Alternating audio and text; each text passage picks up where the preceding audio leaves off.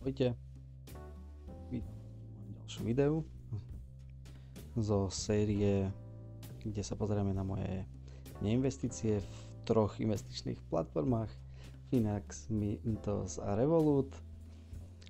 Ako každý týždeň si pozeráme, ako sa mojim investíciám darí v reálnom podstate čase, bez žiadnych okolkov, proste ako sa im darilo za uplynulý týždeň. A všetky tieto vlastne investície bežia na ich vnútorných vlastne roboporadcoch alebo automatických investíciách, kde človek vlastne nemusí nič robiť okrem toho, že to tam vloží, nastaví si ich stratégiu a už sa môže v podstate len pozerať. Samozrejme najlepšie je, keď si to priebežne vlastne tam vkladáte, ale ja to robím skôr takto, že vložil som tam 20 000 eur na každú z nich, okrem Revolutu, a pozeráme sa, ako sa tomu darí. Takže ako prvé začneme s Finaxom. Ten keď si pozriete, tak vlastne hodnotu účtu máme 19 030 eur, čo vlastne znamená, že máme zarobených 1000 eur a 1030 eur, čo nám vlastne vychádza na 5,72% výnos, čo je celkom fajn, lebo sa to v podstate začalo zvyšovať podstatne posledné mesiace, posledné 2, a ušetrených daní máme pomaly 200 eur.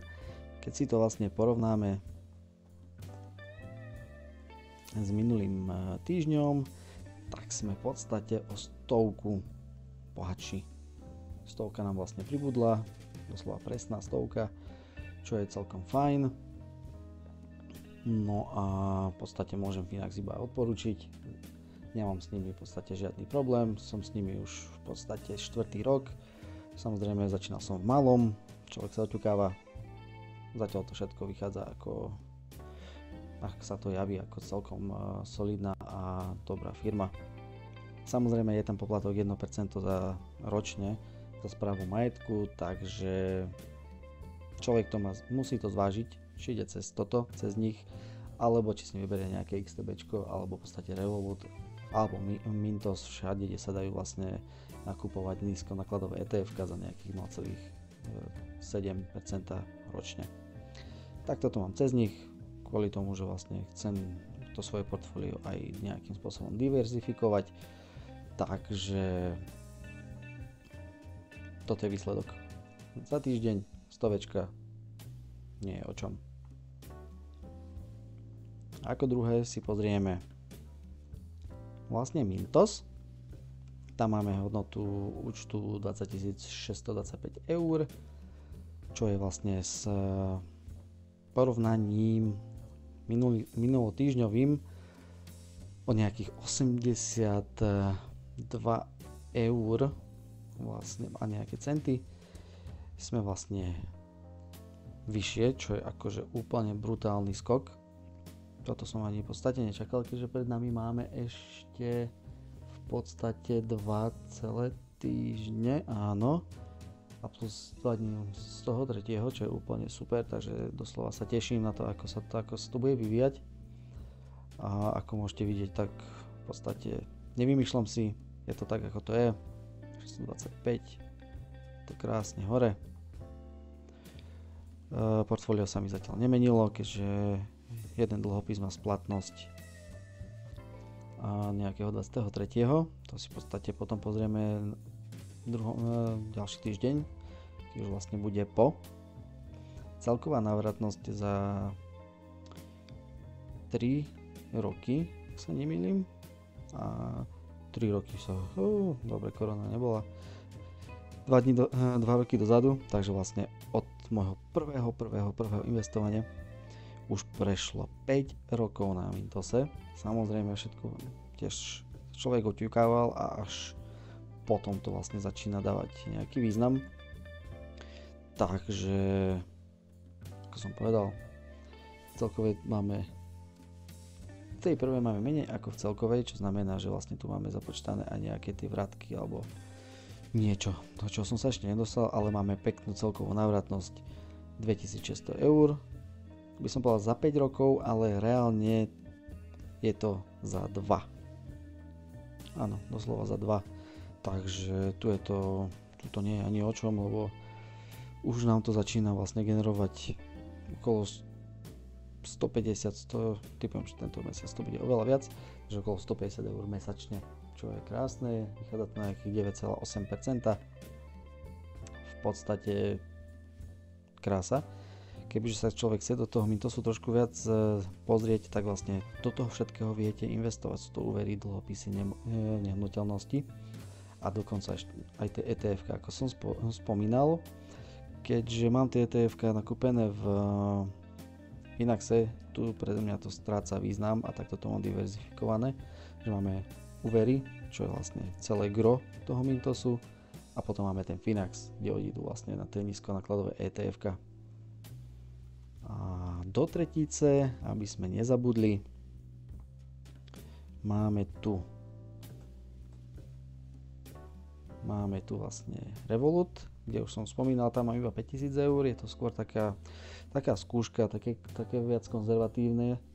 Tam je to vlastne rozdelené 50 na 50 akcie a dlhopisy, tiež cez ich roboporadcu.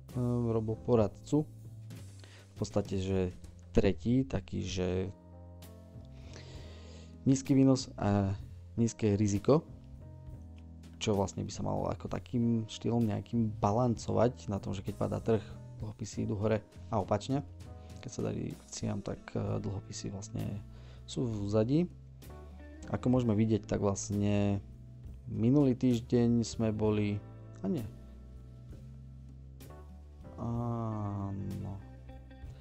Minulý týždeň sme mali 5024 eur, čo znamená, že sme boli v mínuse alebo vlastne dole niečo nad 1%, čo sa ale vlastne zmenilo tento týždeň, alebo za ten týždeň sme v mínuse 1,13%, čo znamená tých nejakých 4-5 eur necelých, čo je v podstate tiež nie je to zlé, uchová to ako takú hodnotu. Podľa mňa ani nie, skôr uvidíme, ak sa vlastne ostatné trhy, keď sa to vlastne celé otočí, že ako sa tomuto bude dariť. Skôr mám ten Mintos na to, že to nám tie peňažky také odložené ako taká rezerva, že v podstate si viem preposlať na svoj účet v priebehu niekoľkých dní, sa mi to, že 2-3. Záleží, kedy to vlastne predávate, ale je to celkom fajn. A pravdepodobne to portfólio trošku upravím, zmením. Takto mi to asi už pomaličky nedáva význam s tým Revolutom, myslím. A skúsim nejakú možno druhú, nejakú inú platformu, možno Bodoru, možno nejaký žltý melón alebo niečo podobné, uvidíme, ale zatiaľ si to nechávam takto a možno, že to len pridám a nechám si aj toto a len rozšírime portfólio aj vlastne content v rámci tohto videa. No a tým pádom by som povedal, že tohto týždňový víťaz je Finax vďaka 100 eurovému zisku, kde mi to vlastne nám trošku sa dá povedať, že zaostáva o nejakých 20 eur necelých a Revolut ten je v podstate stále posledný.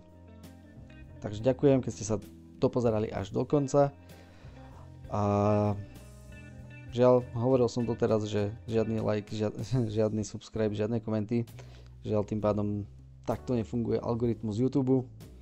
Keď chcem, aby sa tieto videjka dostali väčšiemu množstvu vlastne ľuďom, tak vlastne tá interakcia ľudí je tam celkom dosť dôležitá. Takže nerad to žiadam, alebo vlastne pýtam, alebo prosím, ak uznáte vlastne za vhodné, tak like, odber, koment poteší. Samozrejme v komentároch sa ma môžete pýtať, či chcete vidieť nejakú inú platformu, či chcete sa pýtať niečo konkrétne ohľadom Revolutu, Finaxu alebo Mintosu. Rád vám to ukážem, rád si to vlastne môžeme prejsť.